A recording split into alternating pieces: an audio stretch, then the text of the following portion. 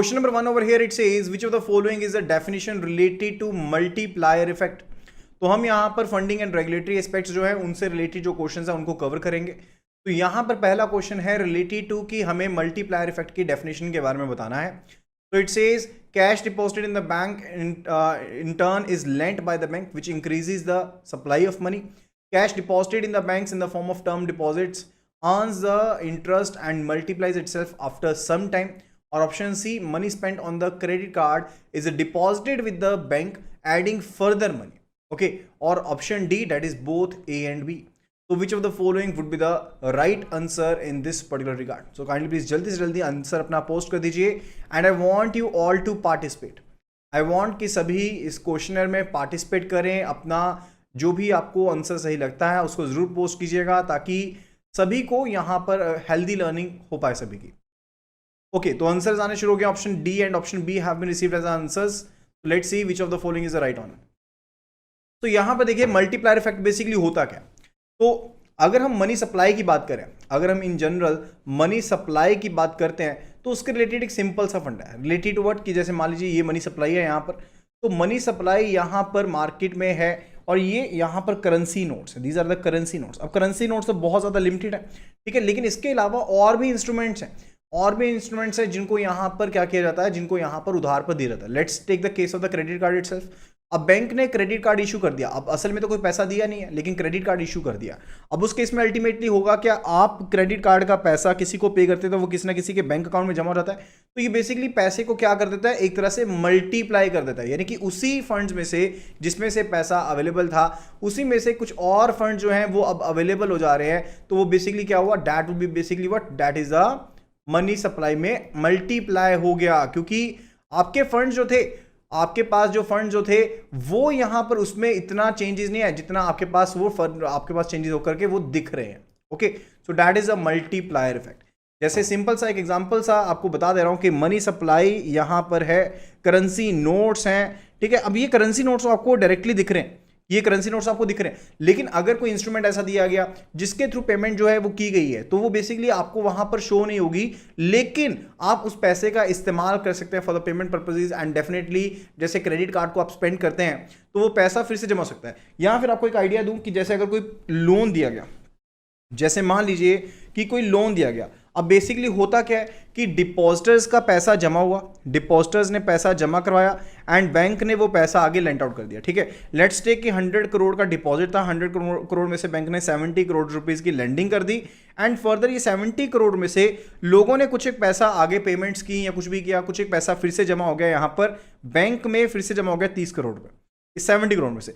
Actual में amount कितना था, 100 करोड़ था, लेकिन डिसबर्समेंट होने के बाद 30 करोड़ फिर से जमा हो गया, तो टोटल डिपॉजिट कितना अकाउंट होगा, इट विल बी 130 करोड़। तो ये बेसिकली क्या हुआ, it is a multiplier effect, इसी को हम मल्टीप्लायर इफेक्ट कहते हैं। So which of the following would be the right answer, option C over here would be the right answer, that is money spent on the credit card. अगर पैसा वो खर्च किया गया क्रेडिट कार्ड पर जो कि असल में नहीं था, वो फिर से जमा हो जाएगा बैंक में, that will be adding further money, so it will B basically what, it will be the multiplier effect, it will be the multiplier effect। okay, next question says which of the following is not the objective of the monetary policy of the Reserve Bank of India। तो reserve bank of India की monetary policy रहती है, तो उसके related कौन सी option जो है that is not the objective of it, उसका आंसर आपको यहां पर पोस्ट करना है। Option A it says it is aimed at controlling the rate of inflation, के रेट ऑफ इन्फ्लेशन को कंट्रोल करना रहता है, to ensure the stability of the capital market and money market, to ensure the stability of the foreign exchange market, none of the above. So we need to answer which of the following is not an objective। so यहाँ पर market की stability को ensure करना, चाहे वो money market है, capital market है, चाहे फॉरेन एक्सचेंज मार्केट है, उसकी स्टेबिलिटी को देखना आरबीआई का ही काम है एंड फर्दर इन्फ्लेशन के बारे में कंट्रोल करना उसको, that is also the task assign to the Reserve bank of India. तो तीनों ही यहाँ पर ऑब्जेक्टिव है, so option D over here would be the right answer straight away, that is none of the above। And सबसे पहले यहाँ पर सही आंसर पोस्ट के देवराजपूत जी ने। Okay, now let's move to the next question. It says which of the following related to cash reserve ratio is not correct. तो cash reserve ratio को लेकर के कौन सी ऑप्शन यहां पर सही नहीं बताई गई है, कैश रिजर्व रेशियो को लेकर के कौन सी ऑप्शन यहां पर करेक्ट नहीं है, उसके बारे में फटाफट से यहां पर आंसर पोस्ट कर दीजिए। It says if CRR is increase the multiplier effect will also increase, कि अगर CRR इंक्रीज होगा तो मल्टीप्लायर जो इफेक्ट है वो भी इंक्रीज हो जाएगा, वो भी इंक्रीज हो जाएगा। CRR is to be maintained at daily average ratio basis, जो CRR है वो डेली एवरेज रेशियो बेसिस के ऊपर मेंटेन करनी रहती है। And further third it says non scheduled commercial banks maintain CRR at 3% of NDTL as per section 19 of the Banking Regulation Act। और option D that is all of the above। we need to answer कि कौन से option correct नहीं है and you need to answer accordingly over here। पहली चीज तो ये है कि CRR की वजह से मल्टीप्लायर इफेक्ट कम होगा कि ज्यादा होगा।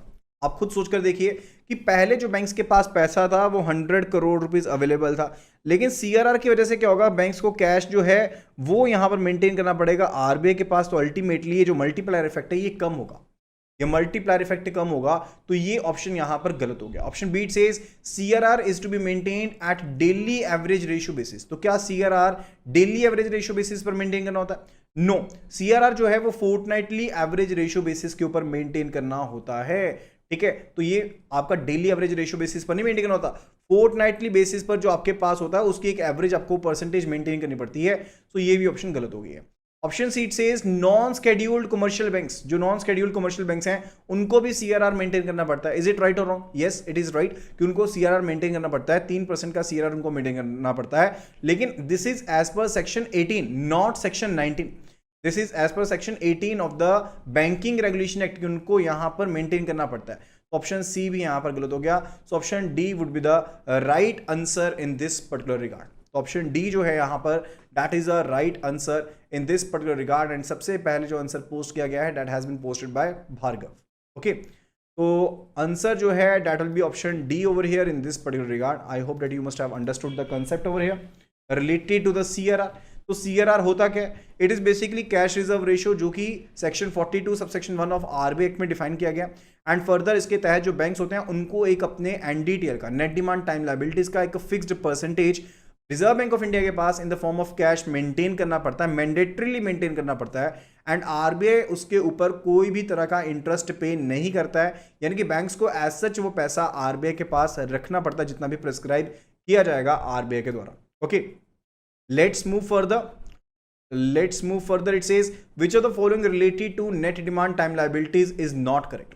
नेट डिमांड टाइम लायबिलिटीज को लेकर के कौन से ऑप्शन यहां पर करेक्ट नहीं है? देखिए नेट डिमांड टाइम लायबिलिटी की बात कहां से आती है?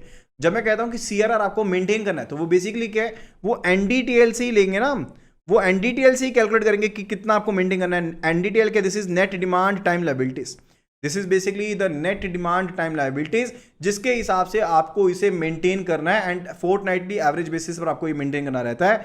मिनिमम आपको डेली बेसिस पर 90% मेंटेन करना रहता है, एंड फोर्टनाइटली बेसिस पर आपको एवरेजली 100% वो मेंटेन करना है। ओके, एंड मैंने आपको बताया कि जो भी CRR रहेगा no interest is paid upon that, कोई भी इंटरेस्ट अमाउंट उसके ऊपर पे नहीं होता है। जो नॉन शेड्यूल्ड कमर्शियल बैंक्स हैं वो भी यहां पर CRR को मेंटेन करते हैं, 3% उनको CRR मेंटेन करना पड़ता है under the section 18 of the banking regulation act.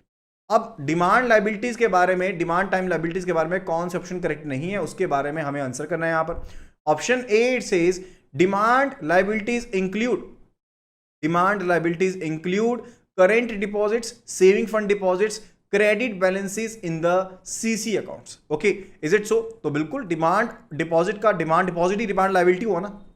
Liability क्या है? लायबिलिटी इज बेसिकली प्रोडक्ट जो बैंक के लिए लायबिलिटी, उस पॉइंट से देखिए, ठीक है।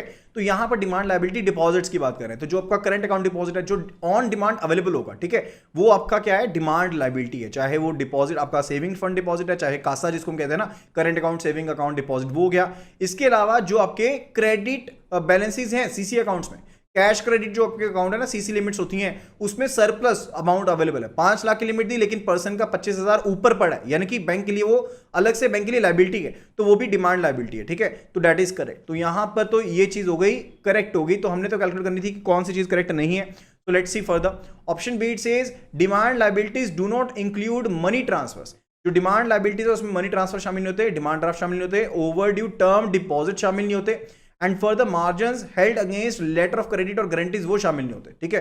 तो ये कह रहा है जबकि ये सभी शामिल होते हैं, तो ये यहां पर गलत हो गई है। तो ये this might be our answer. Okay, option C it says time liabilities include term deposit. अब टाइम लायबिलिटी मतलब कि जो आपको एकदम से नहीं मिलेगा, आपको किसी पर्टिकुलर टर्म के बाद मिलेगा, ठीक है।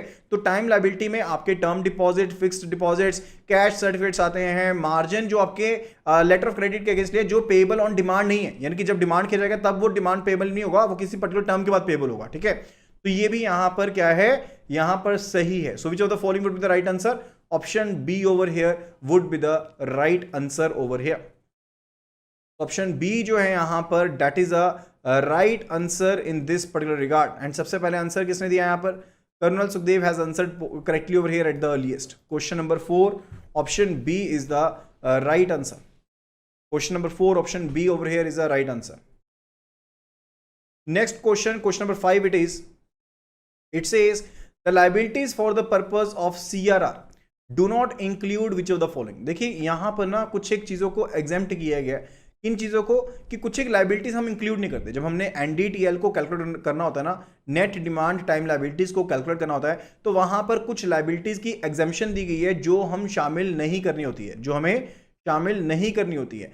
लाइक उनके बारे में आपको आंसर करना है यहां पर। ऑप्शन 1 इट सेज, जो स्टेटमेंट है वो कह रही है paid up capital and reserves, deposit held as securities for advances, amounts borrowed from Reserve Bank, Exim Bank and provision of income tax in excess of actual estimated liabilities. Okay, तो आप इनमें से कौन सी लायबिलिटीज को NDTL की calculation में शामिल नहीं करेंगे, उसके बारे में आपको यहां पर फटाफट से आंसर कर देना है। फटाफट से उसके बारे में आपको यहां पर आंसर कर देना है। देखिए सिंपल सी चीज़ है, सिंपल सी चीज़ है। यहाँ पर ध्यान देखिएगा, यहाँ पर ध्यान से देखिएगा कि आपके पास CRR के केस में NDTL जब आपने कैलकुलेशन करनी है तो उसके केस में, NDTL के केस में आप क्या करेंगे, जो भी paid up capital and reserve liabilities हैं उनको शामिल नहीं करते हैं, उनको शामिल नहीं करते। मैं यहाँ पर लिख दे रहा हूँ paid up capital and reserves, इनको शामिल नहीं करेंगे। इसके अलावा अगर आपके पास P&L अकाउंट का, प्रॉफिट एंड लॉस अकाउंट का कोई भी क्रेडिट बैलेंस है, कोई भी क्रेडिट बैलेंस है, उसको भी शामिल नहीं करते हैं। इसके अलावा अगर कोई अमाउंट बोरो किया गया, if any amount is borrowed from RBI, IDBI, EXIM bank, NABARD, ठीक है, या फिर आपके पास जो हाउसिंग बोर्ड के द्वारा, हाउसिंग बैंक के द्वारा, NHB के द्वारा है, ठीक है, तो वो अगर कोई भी अमाउंट बोरो किया है वो भी यहां पर शामिल नहीं किया जाएगा, वो लायबिलिटी भी इसमें शामिल नहीं होगी। इसके अलावा जो कोई भी आपने प्रोविजंस निकाली थी, जो कोई भी आपने प्रोविजंस निकाली थी, हम प्रोविजंस बनाते हैं ना अपनी लायबिलिटीज के लिए, जो कोई भी आपने प्रोविजंस निकाली थी जो एक्सेस में है आपकी इनकम टैक्स लायबिलिटी से, जो आपकी एस्टिमेटेड लायबिलिटी उससे एक्सेस में है, वो भी यहां पर NDTL में पार्टिसिपेट नहीं होगी, ये इसमें शामिल नहीं होती है। लेकिन ऑप्शन बी देखिएगा, ऑप्शन यहां पर स्टेटमेंट बी क्या कह रहा है, deposits held as securities for advances. तो जल्दी से जल्दी बताइएगा कि ये डिमांड लायबिलिटीज में आएगा या फिर टाइम लायबिलिटीज में आएगा। जो यहां पर स्टेटमेंट बी है यहां पर, वो डिमांड लायबिलिटीज का पार्ट होगा या फिर टाइम लायबिलिटीज का पार्ट होगा? Kindly please do answer eight the earliest. जल्दी से आंसर बताइएगा, वो डिमांड लायबिलिटीज का पार्ट बनेगा या टाइम लायबिलिटीज का पार्ट बनेगा? It will be related to time liabilities, वो टाइम लायबिलिटीज का पार्ट बनेगा। चाहे स्टाफ सिक्योरिटीज है, चाहे आपका मार्जिन है LCs के ऊपर जो पेबल ऑन डिमांड नहीं है, चाहे आपका deposit held as securities for advances है, ये बेसिकली किसका पार्ट है? ये बेसिकली आपका टाइम लायबिलिटीज का पार्ट है, ये आपका टाइम लायबिलिटीज का पार्ट है। Okay, so that would be basically related to it, that would be basically related to it over here. Is that clear? ये चीज क्लियर होगी है? ओके, तो आंसर क्या रहेगा? ऑप्शन बी, हमारा जो स्टेटमेंट बी है that is not correct. 1, 3, 4 are the right answer. So accordingly option B over here is the right answer. Question number 5, and colonel Sukhdev ji ने सबसे पहले यहां पर आंसर पोस्ट किया है क्वेश्चन नंबर 5 का। Option B over here is the right answer. Now let's move to the next question over here. Question number 6 it is. Question number 6 it is. It says which of the following are not exempted from the demand and time liability calculations. तो कौन सी चीज़ों को demand and time liability calculation से हम यहाँ पर calculate नहीं करते हैं, उसमें शामिल नहीं करते हैं? आपने डिमांड एंड टाइम लायबिलिटी की कैलकुलेशन करनी होती है ना। देखिए लायबिलिटीज में कुछ एक चीज़ें इंक्लूड नहीं होती है, वो तो हमने देख ली है, लेकिन कुछ चीज़ों को हम एग्जेम्प्ट कर देते हैं, कुछ एक चीज़ों को हम एग्जेम्प्ट कर देते हैं। कौन सी चीज़ों को एग्जेम्प्ट करते हैं, उनमें से कौन सी चीज़ एग्जेम्प्टेड नहीं है, हमें उसके बारे में बताना है। It says credit balances in Asian clearing union, यानी कि ACU अकाउंट जो है उनके जो क्रेडिट बैलेंसेज है वो हो गए। नेट इंटरबैंक बोरोइंग्स और deposits with maturity not exceeding 14 days, और मैच्योरिटीज एक्सीडिंग 14 डेज। तो जो भी आपके नेट इंटरबैंक बोरोइंग्स हैं, जो डिपॉजिट्स हैं, उनको भी हम यहाँ पर शामिल नहीं करते हैं, उनको भी एग्जेम्प्ट किया गया। एंड ऑप्शन सी से ट्रांजेक्शन्स इन CBLO, जो आपके पास CBLO की ट्रांजेक्शन्स हैं CCIL के थ्रू, उनको भी हम शामिल नहीं करते हैं। या फिर option D, that is both B and C. Actually the option D over here should be option, किनको हम शामिल नहीं करते उसके बारे में बताना आपको, किनको हम शामिल नहीं करते हैं यहाँ पर।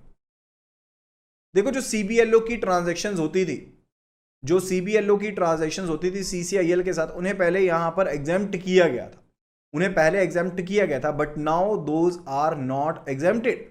अब उन्हें एग्जेम्प्ट नहीं किया गया। So which of the following would be the right answer? It is option C. It is option C over here which is not exempted now, जिनको अभी एग्जेम्प्ट नहीं किया गया। Option C over here is the right answer in this particular. Is that clear? तो बाकी सभी को exempt किया गया है, लेकिन यहाँ पर CBLO की जो आपके पास है, इनको एग्जेम्प्ट नहीं किया गया। तो आपको बता देता हूं, जो भी आपके नेट इंटरबैंक बोरोइंग्स हैं, let me change the marker over here. जो भी मेरे पास नेट इंटरबैंक बोरोइंग्स हैं, डिपॉजिट्स हैं, उनसे रिलेटेड कोई भी लायबिलिटीज जो हैं, उनको मैं शामिल नहीं करूंगा, उनको एग्जेम्प्ट किया गया। इसके अलावा अगर आपके क्रेडिट बैलेंसेज हैं ACU अकाउंट्स में, क्रेडिट बैलेंसेज हैं एशियन क्लियरिंग यूनियन अकाउंट्स में, उनको शामिल नहीं किया जाएगा। इसके अलावा अगर आपके पास डिमांड एंड टाइम लायबिलिटीज हैं, अगर डिमांड एंड टाइम लायबिलिटीज हैं related to offshore banking units, जो OBUs होते हैं, ऑफशोर बैंकिंग यूनिट से रिलेटेड अगर कोई आपकी लायबिलिटीज हैं, तो उनको भी शामिल नहीं किया जाएगा। पहले जो CBLO की ट्रांजेक्शन है उनको भी शामिल नहीं किया जाता था, but now those are not exempted over there. ठीक है, तो यहाँ पर जो ऑप्शन सी है, that would be the answer over here. बिल्कुल बिल्कुल, पहले एग्जेम्प्टेड थी लेकिन अभी एग्जेम्प्टेड नहीं है।